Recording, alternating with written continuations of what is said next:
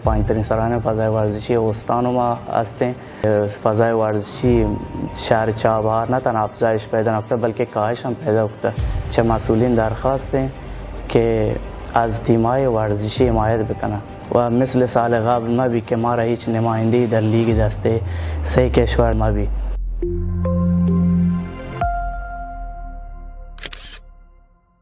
یاد منا پاکین خدا پاک نبی مرتضی مولا علی مشکل گشا گنده خدای قدرتا درود و درابات پا گندوکان پایگاه اطلاع رسانی میارجل.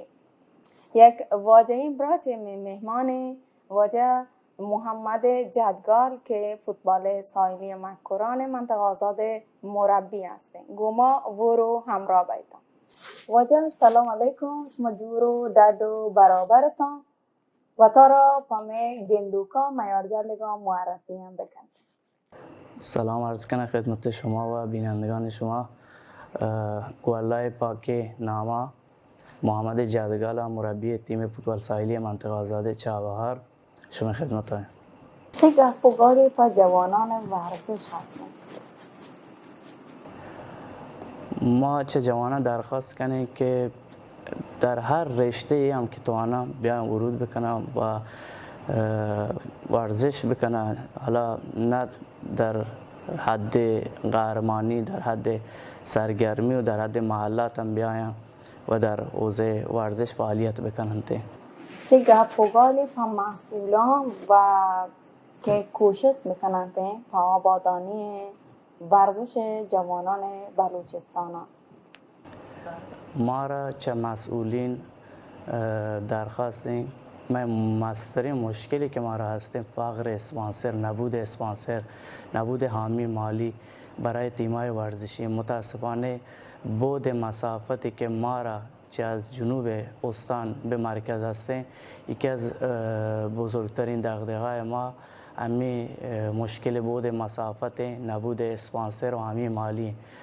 متاسفانه بعد مسافت موزل برای تیم‌های ورزشی که باعث افزایش هزینه برای اعزام تیم بگیم. ما را چه مسئولین درخواست که از تیم‌های ورزشی حمایت بکنن.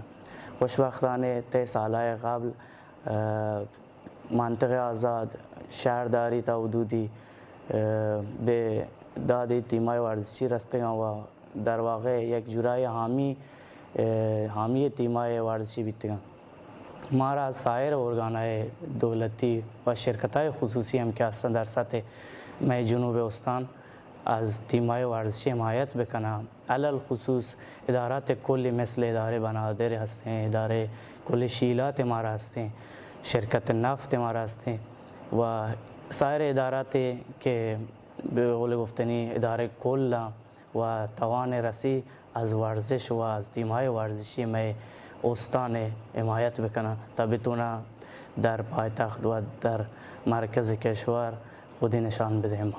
انو اوضاع زیر ساخته فوتبال ورزشی چطور کاین داری برای گشتر امارا گشته؟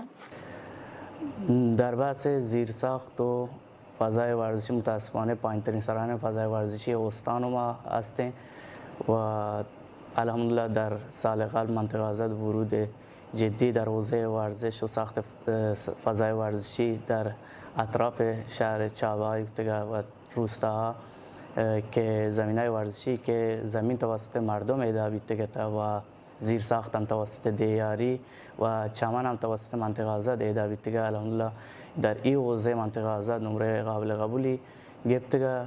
در حوزه ورزش ما درخواست کنیم از تمام ارگان‌ها که در این حوزه هم ورود بکنه، ساخت فضای ورزشی در محلات از وظایف شهرداری که در سال قبل متاسفانه نه تنها ما در حوزه فضای ورزشی شهر چابهار نه تنها افزایش پیدا نکرده بلکه کاهش هم پیدا کرده. به آیره گپ و گال چیه؟ من اولی و آخری گپ من همیشه که از مسئولین درخواست کنی از تیم‌های ورزشی که هستن برای اعزام به مسابقات کشوریشان چه حمایت بکنه و مثل سال قبل مبی که ما را هیچ نماینده‌ای در لیگ دسته 3 کشور در رشته فوتبال و سایر رشته ها مبی. حیفه که ما در این استان که با استعدادهای فراوانی که ما را هستیم یک تیمی در فوتبال رشته فوتبال ما را در لیگ های برتر کشور مبی. وجه شما منتوار که می دعوت اولا بکوشت چه گندوکان پایگاه اطلاع رسانی میارجل منتواره که گوما را و رو همراه بودیدان. الله میارو باود باد.